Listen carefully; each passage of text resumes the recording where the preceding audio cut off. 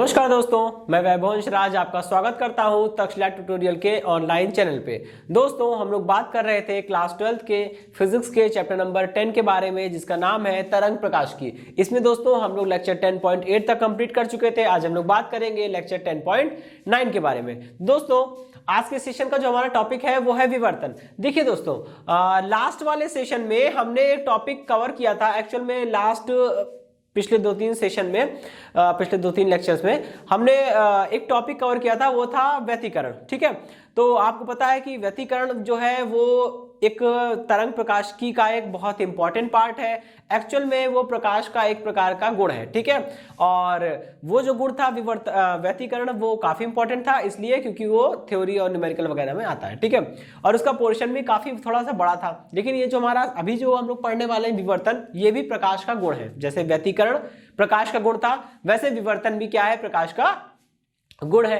अब इस बात को समझिएगा, विवर्तन जो प्रकाश का गुण है, हमें इसमें करना क्या है, हमें इसमें ये देखना है कि पहली बात तो ये क्या होता है, ठीक है, और ये कैसे होगा। ठीक, तो मैं आपको बता दूं कि व्यतिकरण जो है वो प्रकाश के तरंग रूप का समर्थन करता है। मतलब व्यतिकरण की घटना इस बात को सिद्ध करती है कि प्रकाश तरंग है। ठीक है, और इसी प्रकार आज जो हम लोग पढ़ने वाले हैं विवर्तन, ये विवर्तन भी क्या है दोस्तों, विवर्तन भी इस बात को साबित करता है, विवर्तन भी इस बात का समर्थन करता है, इस बात को सिद्ध करता है कि प्रकाश क्या है, तरंग है। ठीक है, क्योंकि व्यतिकरण और विवर्तन ये दोनों तरंग में होते हैं। ठीक है, चलिए, तो आज हम लोग बात करेंगे विवर्तन के बारे में। विवर्तन मतलब इसे इंग्लिश में डिफ्रैक्शन बोलते हैं। ठीक है, देखिए दोस्तों, व्यतिकरण में क्या होता था, व्यतिकरण में दो अलग अलग कला संबद्ध प्रकाश स्रोतों से निकलने वाली प्रकाश तरंगों के बीच में अध्यारोपण होता था,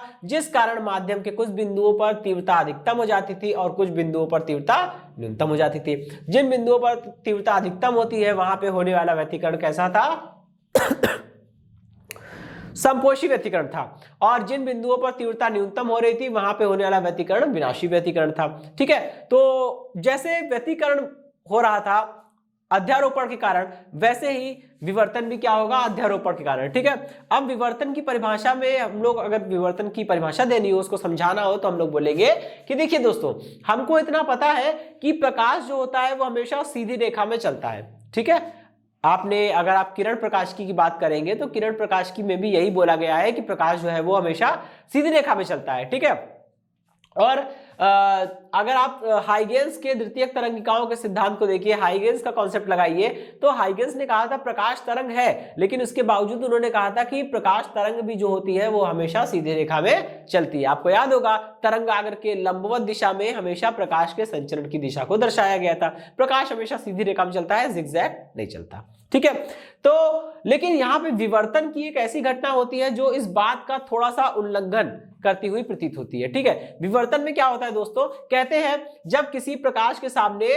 कोई एक ऐसी वस्तु रख दी जाए जिसका आकार अत्यंत सूक्ष्म हो, या किसी वस्तु के तीक्ष्ण किनारों की अगर हम बात करते हैं, ठीक है, जिनका आकार जो है वो क्या हो, वो प्रकाश की तरंगदैर्घ्य की कोटि का हो। जिन वस्तुओं का आकार प्रकाश की तरंगदैर्घ्य की कोटि का होता है, या किसी वस्तु के तीक्ष्ण किनारों पर क्या होता है, प्रकाश जो होगा दोस्तों वो हल्का सा अपने रेखीय पथ से थोड़ा सा मुड़ जाता है। ठीक है, और इसी घटना को हम लोग क्या बोलते हैं, विवर्तन बोलते हैं। ठीक, तो बोलेंगे जब प्रकाश किसी ऐसे अवरोध अथवा किसी वस्तु के तीक्ष्ण किनारों पर गिरता है जिनका आकार, ठीक है, कितना होता है, अत्यंत सूक्ष्म, लगभग प्रकाश की तरंगदैर्घ्य की कोटि का हो, तब प्रकाश उन वस्तु के तीक्ष्ण किनारों से आंशिक रूप से मुड़ जाता है, और इसी घटना को हम लोग क्या बोलते हैं, प्रकाश का विवर्तन बोलते हैं। ठीक है, अब दोस्तों आप यहां पे देख पा रहे होंगे, डायग्राम में मैंने बनाया हुआ है, ये कोई प्रकाश स्रोत है। प्रकाश स्रोत क्या करेगा, आपको पता है ये बिंदु प्रकाश स्रोत है। बिंदु प्रकाश स्रोत दोस्तों क्या करेगा, बिंदु प्रकाश स्रोत के कारण दोस्तों गोलीय तरंगाग्र उत्पन्न होंगे। ठीक है, ये गोलीय तरंगाग्र जो है वो आगे बढ़ेंगे एक निश्चित चाल से। और देखिए मैंने यहाँ पे एक लेंस लगा रखा है। ठीक है, ये लेंस कौन सा है, ये उत्तल लेंस है। ठीक है, उत्तल लेंस का दूसरा नाम क्या होता है, उत्तल लेंस को हम लोग अभिसारी लेंस भी बोलते हैं। अभिसार का मतलब होता है किसी एक जगह पे इकट्ठा करना। ठीक है, तो उत्तल लेंस कहे या अभिसारी लेंस कहे। ठीक है, तो जब किसी प्रकाश स्रोत से, किसी बिंदु प्रकाश स्रोत से निकलने वाले गोली तरंगाग्र किसी उत्तल लेंस यानी किसी अभिसारी लेंस पर गिरते हैं, ठीक है, तो अभिसारी लेंस करता क्या है, उसको बिल्कुल समतल तरंगाग्र में परिवर्तित कर देता है। क्यों? क्योंकि आपको पता है जब भी उत्तल लेंस के मतलब कि अगर फोकस पे कोई वस्तु रखी हो, ठीक है, अब यहां पे देखिए दोस्तों अरेंजमेंट इस तरह का हमें करना है कि ये जो प्रकाश स्रोत है वो लेंस L1 के फोकस बिंदु पर हो, ठीक है।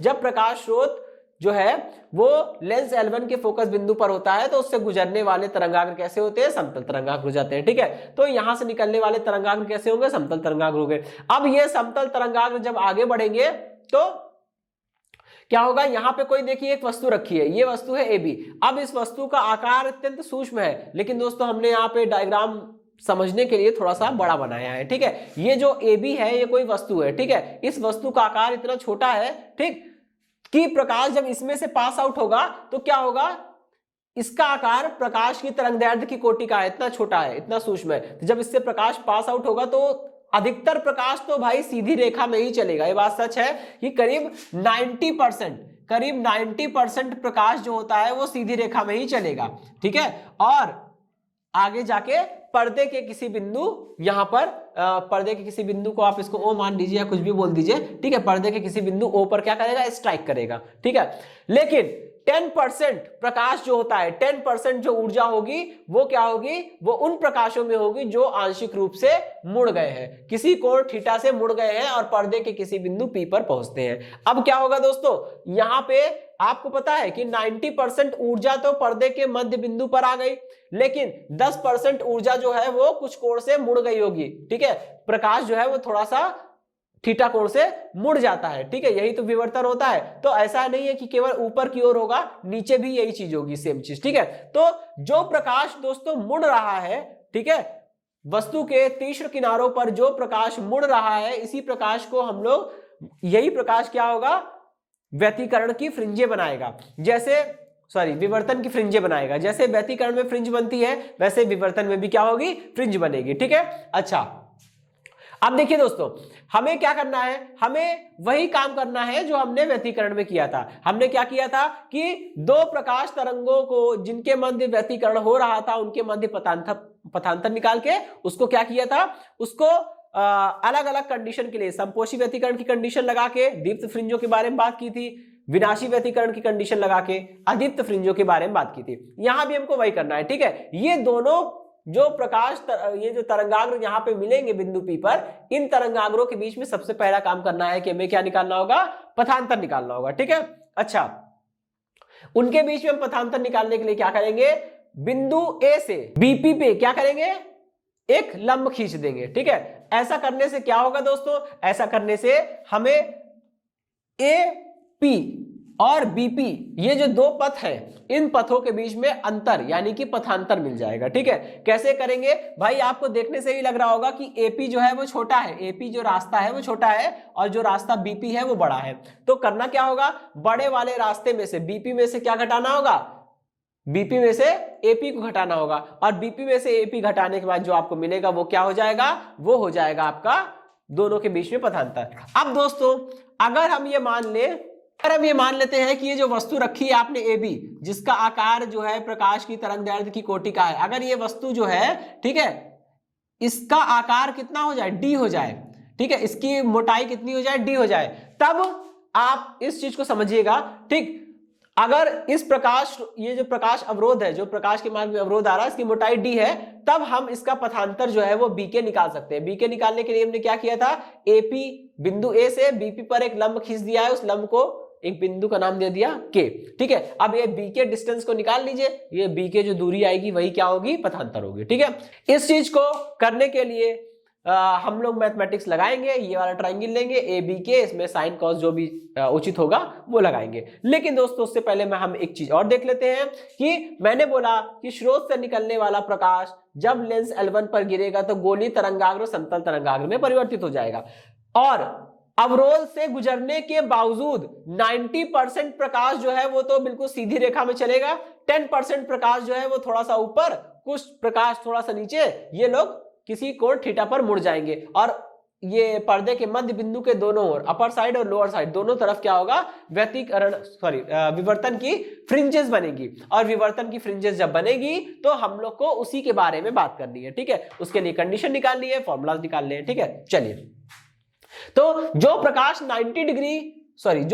90% बिल्कुल सीधे रास्ते पे चला था, जो अपने पथ से मुड़ा नहीं था, ठीक है, तो मतलब विवर्तित नहीं हुआ था अपने पथ से, जो बिल्कुल सीधा चला था, उसमें क्या होगा दोस्तों, वो प्रकाश आगे जाएगा और यहाँ पे एक और लेंस रखा हुआ है। कौन सा लेंस? L2, ठीक है। ये भी उत्तल लेंस है। ये क्या करेगा दोस्तों? उत्तल लेंस समतल आने वाली प्रकाश तरंगों को अपने फोकस बिंदु पर फोकसित करता है। तो समतल आने वाली प्रकाश तरंगों को क्या करेगा, ये अपने फोकस बिंदु O पर फोकसित कर लेगा। और ये बिंदु O पर्दे का मध्य बिंदु है, ठीक है। ठीक, तो दोस्तों अब हमको क्या करना है, अब हमको इसके लिए कंडीशन निकालनी है। तो चलिए दोस्तों, यहां पे आपको ट्राइंगल दिख रहा होगा ए बी के, इसमें हम लोग इसमें साइन कॉस या टैन जो भी देखते हैं क्या लगेगा वो लगाते हैं, ठीक है। दोस्तों हमें निकालना है पथांतर, मतलब तो यही है, मेन पर्पस तो यही है, हमें क्या निकालना है, पथांतर। पथांतर मतलब डेल्टा एक्स। और वो कैसे मिलेगा, डेल्टा एक्स निकालना है तो भैया बीके निकाल लीजिए। और बीके का मतलब क्या है, बीके का मतलब है बीपी, ठीक है, बीपी माइनस का एपी, और इसी को हम लोग क्या बोलते हैं, इसी को हम लोग बोलते हैं बीके भाई, ठीक है। अब बीके की वैल्यू निकालने के लिए कौन सा ट्राइंगल लेंगे, ट्राइंगल ए बी के, इसमें आप लगाइए साइन, ठीक है, साइन थीटा आप लगाएंगे तो साइन क्या होता है, लंब बटे कर्ण, ठीक है। लंब कितना है, लंब है बीके, और कर्ण कितना है, कर्ण है आपका ए बी, ठीक है। यहां से बीके की वैल्यू निकालिए, बीके इज इक्वल टू, ये हो गया ए बी साइन थीटा, ठीक है, ओके। अब ए बी क्या है दोस्तों, ए बी है उस अवरोध की मोटाई जिसके कारण विवर्तन हो रहा था, ठीक है।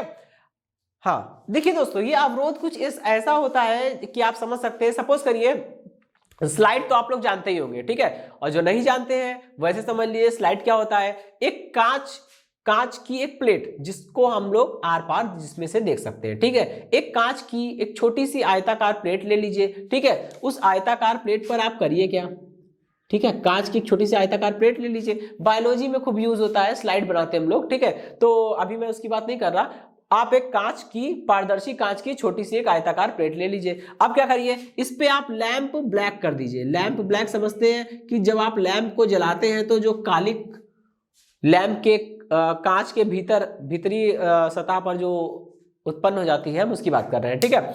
तो ये जो कालिक उत्पन्न हो जाएगी उसे हम लोग लैंप ब्लैक बोलते हैं। तो क्या करिए, अगर इस पूरी स्लाइड को आप लैंप ब्लैक कर दीजिए, मतलब पूरी स्लाइड को काला कर दीजिए। फिर आप क्या करिए, एक छोटा सा ब्लेड लेकर एक छोटी सी आप खरोच मार दीजिए। तो अब आप समझ सकते होंगे कि जब आप किसी लैंप ब्लैक करे हुए किसी स्लाइड पर एक ब्लेड से खरोच मार देंगे तो वो खरोच कितनी पतली होगी, उसकी मोटाई कितनी कम होगी, उसकी जो मोटाई होगी वो प्रकाश की तरंगदैर्ध्य की कोटि की होगी, ठीक है।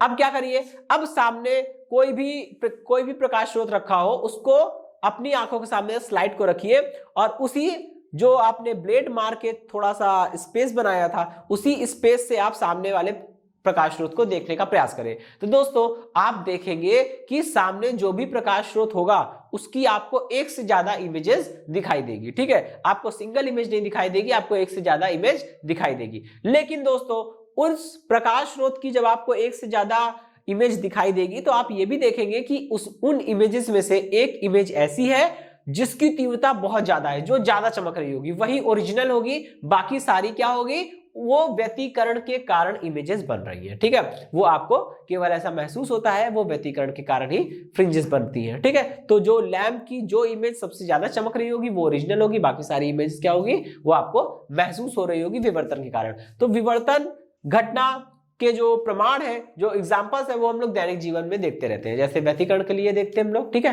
वैसे हम लोग विवर्तन का भी देखते हैं, ठीक है। चलिए, तो अभी हम लोग क्या करेंगे, यहां इसको सॉल्व कर रहे थे, बीके निकाला, बीके इज इक्वल टू, भाई ए बी कितना है, मोटाई कितनी है इसकी, डी है, तो बीके इज इक्वल टू कितना आ गया, डी साइन थीटा, यानी हमें पथांतर मिल गया इक्वेशन नंबर 1, ठीक है। अब दोस्तों देखिए, जैसे आपने व्यतिकरण में किया था कि दीप्त फ्रिंजों के लिए और अदीप्त फ्रिंजों के लिए कंडीशन लगाना शुरू किया था, ठीक है, वैसे ही यहां भी होता है। लेकिन दोस्तों विवर्तन में कंडीशंस उल्टी होती है, ठीक है। यानी कि व्यतिकरण में जो कंडीशन अदीप्त फ्रिंजों के लिए थी वो कंडीशन यहाँ पे दीप्त फ्रिंजों के लिए होती है, ठीक है। और उल्टा, वहां जो अदीप्त फ्रिंजों के लिए थी वो यहाँ दीप्त के लिए है, और वहां जो दीप्त के लिए थी वो यहाँ पे अदीप्त के लिए, ठीक है। चलिए अब हम लोग इसके बारे में बात करते हैं, ठीक है। तो पहले हम लोग बात करेंगे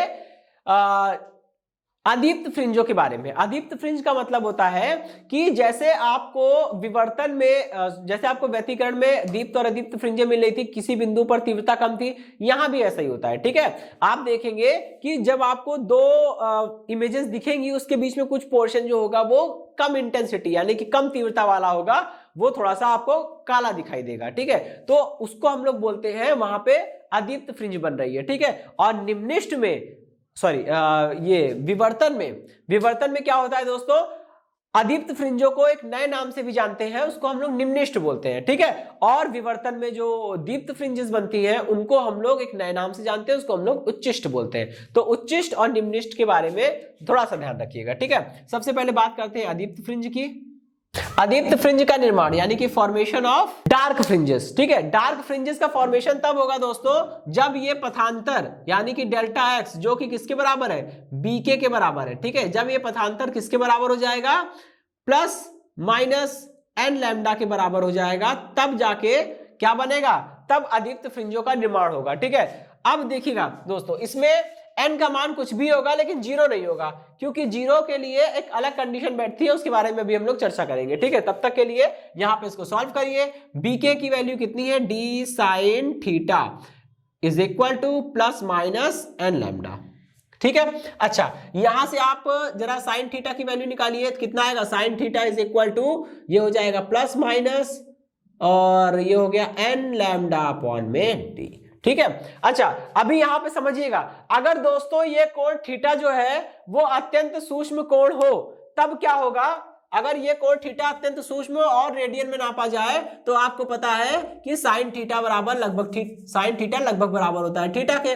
तो यहां पे आप इस चीज को रख दीजिएगा कि sine theta approximately equal to theta. रखिए, साइन थीटा जो है वो बराबर होता है थीटा के, कब, अगर थीटा का मान अत्यंत सूक्ष्म तो साइन थीटा की जगह पे हमने थीटा रख दिया, क्या दिक्कत है। अब ये आ गया plus minus n lambda upon में डी। दोस्तों यहां पे n बराबर है क्या, यहां पे n जो है वो कुछ भी होगा, ठीक है, लेकिन जीरो नहीं होगा। n बराबर 1 होगा, 2 होगा, 3 होगा, 4 होगा, ऐसे करके सारी प्राकृतिक संख्याएं होगी, लेकिन दोस्तों n बराबर 0 नहीं होगा, क्योंकि n बराबर 0 के लिए एक अलग कंडीशन बनती है जो हम लोग एकदम लास्ट में पढ़ेंगे, ठीक है। तो देखिए दोस्तों, ये तो हो गया अदीप्त फ्रिंजों का निर्माण, ठीक। अब आप समझिएगा, मैं आपको 1 बाय 1 इंट्रोड्यूस कराता हूं। चलिए, सबसे पहले n बराबर 1 रखिए। जब आप n बराबर 1 रखेंगे तो देखिए क्या मिलेगा, थीटा 1, यहां पे थीटा का मतलब है स्थिति, कैसी स्थिति, कोणीय स्थिति। आपको याद होगा दोस्तों, हमने व्यतिकरण के लिए भी फ्रिंजों की कोणीय स्थितियां निकाली थी, फिर दो क्रमागत फ्रिंजों के बीच की कोणीय स्थितियों को घटाकर हमने कोणीय चौड़ाई निकाली थी, ठीक है।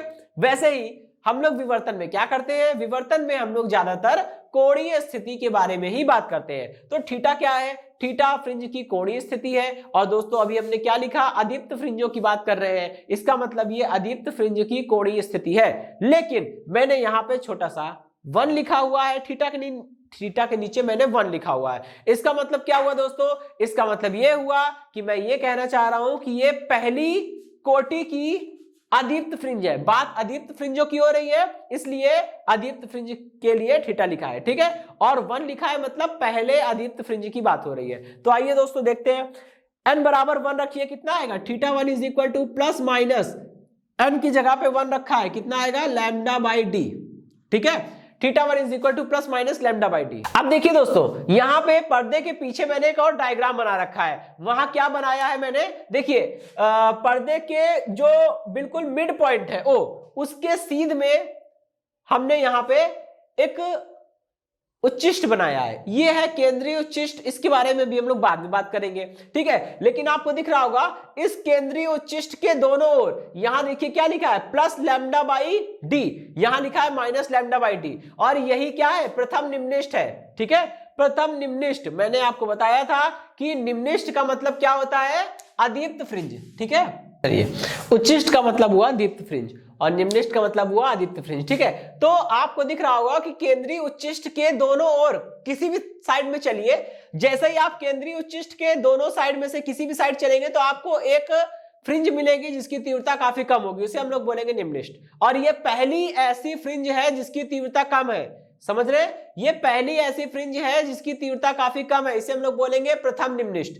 और प्रथम निम्निष्ट जो है वो केंद्रीय उच्चिष्ट के दोनों साइड मिलेगा, अपर साइड भी और लोअर साइड भी। ठीक है, तो देखिए अपर साइड में जो यहाँ पे प्रथम निम्निष्ट मिला है उसकी वैल्यू कितनी है, प्लस में लैम्डा बाई डी, और लोअर साइड में जो निम्निष्ट मिला है उसकी वैल्यू कितनी है, माइनस में लैम्डा बाई डी। ठीक है, तो ये प्रथम निम्निष्ट की कोणीय स्थितियों को दर्शा रहा है। इसी प्रकार n बराबर 2 रखिए तो दूसरे निम्निष्ट की कोणीय स्थितियां मिल जाएगी जो कि होगी प्लस में plus minus 2 lambda by D. और आप देख सकते हैं दोस्तों यहां डायग्राम में देखिए मैंने बनाया हुआ है।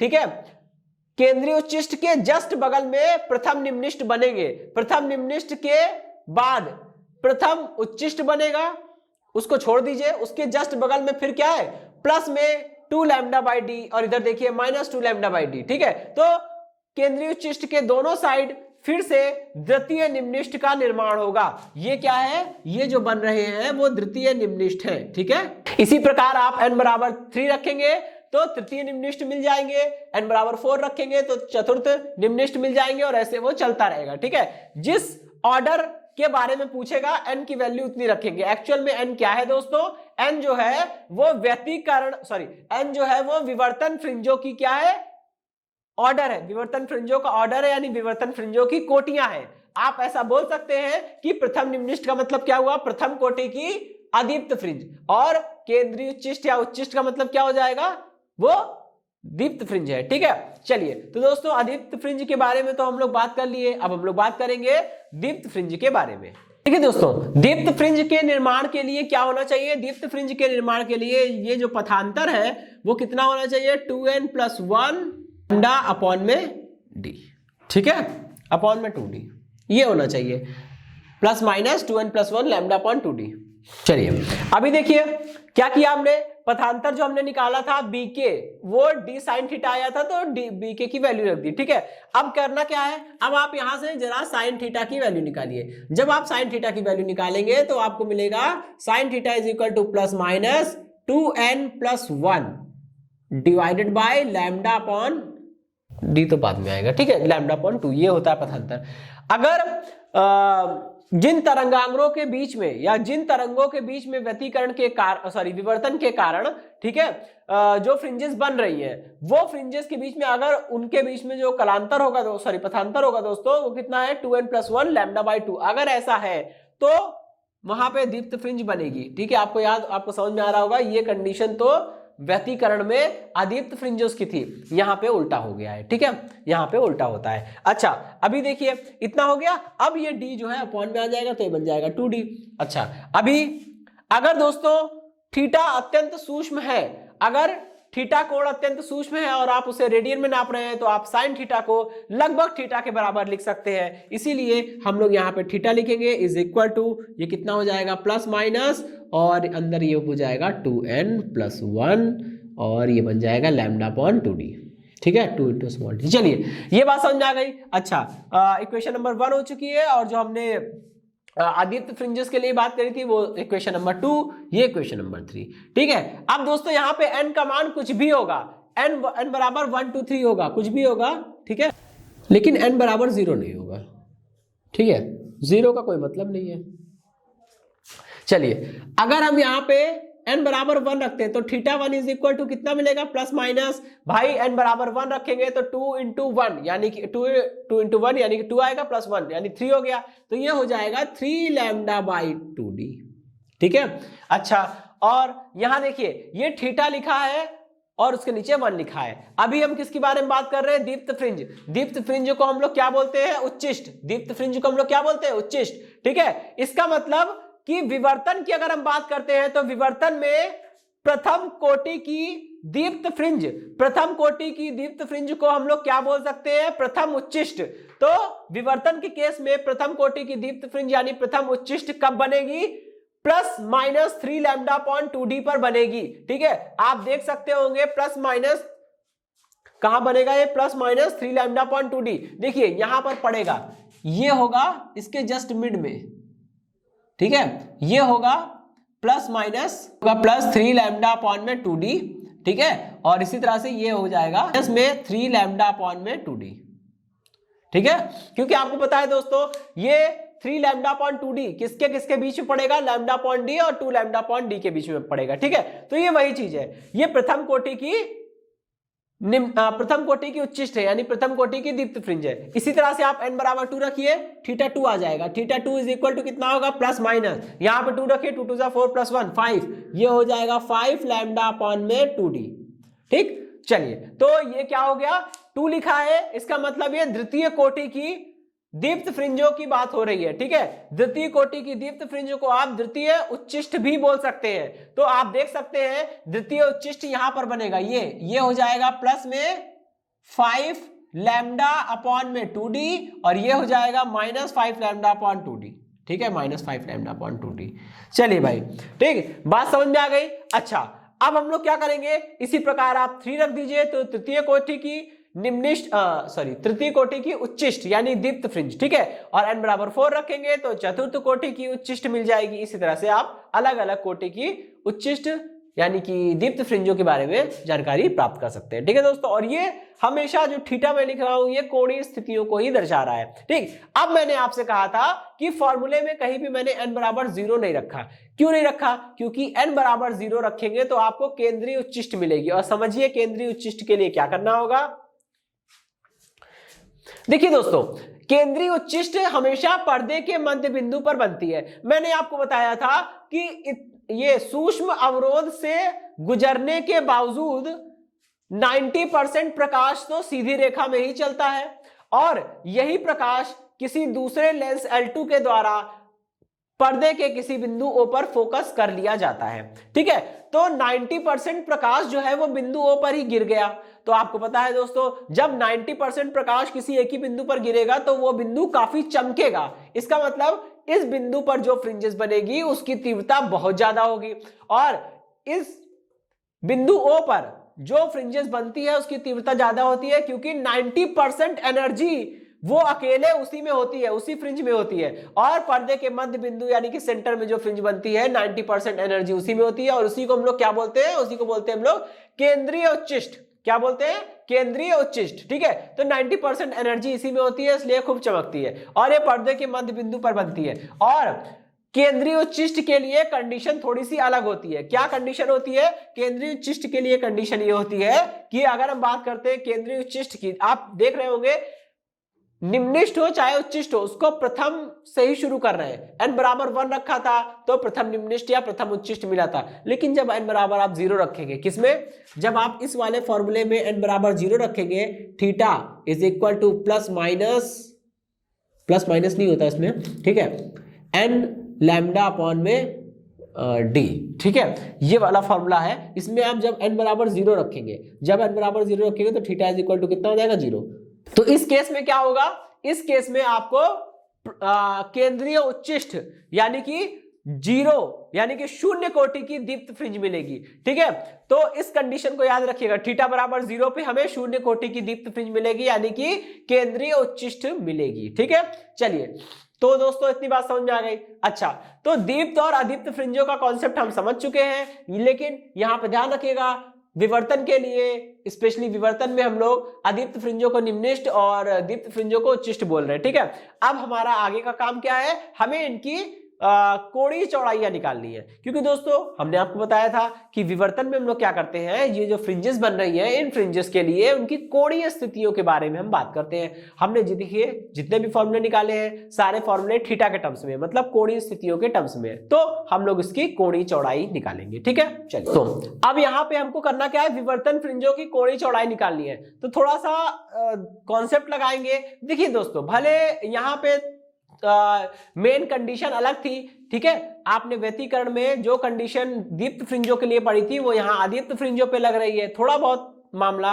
उल्टा है, लेकिन बेसिक कॉन्सेप्ट तो सेम है, ठीक है। अगर आपसे कोई पूछेगा कि केंद्रीय उच्चिष्ट की चौड़ाई बताओ, तो आप क्या करेंगे, आपको दिख रहा है केंद्रीय उच्चिष्ट जो है वो कहां से लेकर कहां तक फैली है, केंद्रीय उच्चिष्ट जो है वो माइनस लैम्डा बाई डी से प्लस लैम्डा बाई डी तक फैली हुई है। तो हमें करना क्या होगा, माइनस लैम्डा बाई डी से प्लस लैम्डा बाई डी के बीच की डिस्टेंस निकालनी होगी। ठीक है, आपको पता है अगर हम मध्य बिंदु से बात करें तो ये दूरियां x है, ठीक है, तो ये पूरी दूरी 2x हो जाएगी। लेकिन दोस्तों ये तो रेखीय चौड़ाई हो गई, हम अभी कोणीय चौड़ाई के बारे में बात कर रहे हैं। ठीक है, तो डेफिनेशन तो वही देंगे कि दो क्रमागत निम्निष्ठों के बीच की दूरी को क्या बोलते हैं, उच्चिष्ट की चौड़ाई बोलते हैं। ठीक है, इसी प्रकार दो क्रमागत उच्चिष्टों के बीच की दूरी को निम्निष्ठ की चौड़ाई बोलते हैं। सेम कॉन्सेप्ट लगेगा। ठीक है, अगर हम बात करें दोस्तों केंद्रीय उच्चिष्ट की चौड़ाई, ठीक है, तो आइए देखते हैं केंद्रीय उच्चिष्ट की कोणीय चौड़ाई।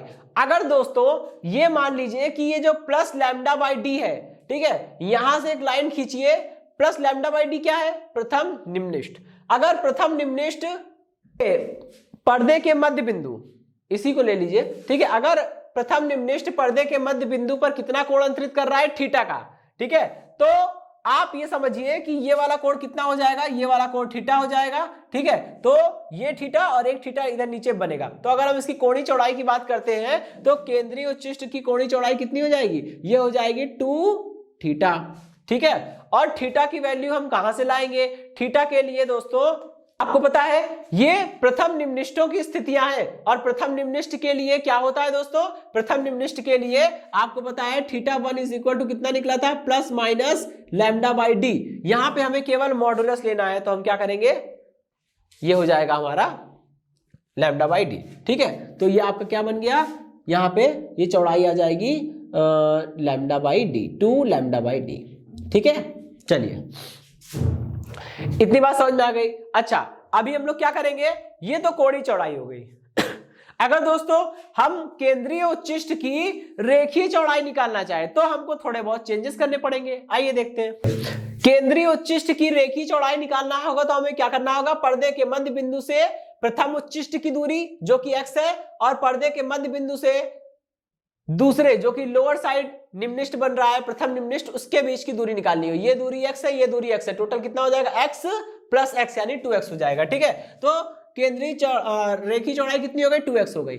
अब इस x की वैल्यू निकालनी है। सपोज करिए अगर ये प्रथम निम्निष्ठ पर ये जो अवरोध है, ठीक है, AB, इसके मध्य बिंदु पर थीटा कोण बनाता हो, और सेम ये जो लोअर साइड पे प्रथम निम्निष्ठ बना है ये भी अवरोध के मध्य बिंदु पर थीटा कोण बनाता हो, तब क्या होगा दोस्तों, आप इस वाले कोण की बात करिए, कोण बराबर 4 त्रिज्या लगा सकते हैं। ठीक है, तो ये वाली दूरी पूरी कितनी, एक्चुअल में ये सारी फ्रिंजेस जो है वो इसी पर्दे पर बन रही होगी। ठीक है, आपको प्रॉब्लम ना हो समझने के लिए इसलिए मैंने इसको थोड़ा पीछे बनाया, ये सारी फ्रिंजेस जो है वो इसी पर्दे पर बन रही होगी। ठीक, अच्छा, तो अगर ये दूरी d है और ये वाला कोण थीटा है, ये वाला कोण, ठीक है, तो आपको ये दूरी निकालनी है। लंब बराबर कितना होता है, या कोण बराबर 4 त्रिज्या लगा दीजिए। ठीक है, तो चाप बराबर कितना हो जाएगा, चाप बराबर कोण इंटू त्रिज्या। ठीक है, कोण इंटू त्रिज्या हो जाएगा। ठीक है, अब देखिए कोण कितना है, थीटा, कोण है थीटा, और त्रिज्या कितनी है, त्रिज्या हो गई ये दूरी d। ठीक है, तो चाप x इज इक्वल टू कितना होगा, थीटा इंटू डी हो जाएगा, यहां पे रख दीजिए, ये हो जाएगा 2 इंटू थीटा इंटू डी। ठीक है, अब थीटा की वैल्यू जो हमने पहले निकाली थी वही रख दीजिए, कितना हो जाएगा, 2 इंटू ये हो जाएगा लैम्डा अपॉन में डी इंटू कैपिटल डी। और आप इसको सॉल्व करके थोड़ा और बेहतर ढंग से लिखना चाहेंगे तो ये हो जाएगा 2d लैम्डा अपॉन में स्मॉल डी। ठीक है, तो चलिए दोस्तों ये हो गई केंद्रीय उच्चिष्ट की कोणीय चौड़ाई और केंद्रीय उच्चिष्ट की रेखीय चौड़ाई। ठीक है दोस्तों, चलिए अभी हम लोग अपने लास्ट टॉपिक की ओर बढ़ते हैं। हमने दोस्तों व्यतिकरण पढ़ा, हमने विवर्तन पढ़ा, हमने देखा कि व्यतिकरण और विवर्तन में दोनों में क्या होता है, फ्रिंजेस बनती है। ठीक है, और एक चीज कॉमन है दोनों में, वो ये है कि चाहे व्यतिकरण हो चाहे हमारा ये विवर्तन हो, होता क्या है, ये जो फ्रिंजेस बनती है वो अलग अलग तरंगिकाओं के मध्य अध्यारोपण के कारण बनती है। लेकिन दोस्तों अध्यारोपण दोनों में हो रहा है, ये एक बहुत ही मामूली सी सिमिलैरिटीज है। ठीक है, विवर्तन और व्यतिकरण दोनों अलग अलग चीजें हैं, दोनों में डिफरेंसेस बहुत है। जैसे अब हम लोग का अगला टॉपिक है कि व्यतिकरण और विवर्तन में अंतर करना, डिफरेंस बताना कि व्यतिकरण जो है वो विवर्तन से किस प्रकार अलग है।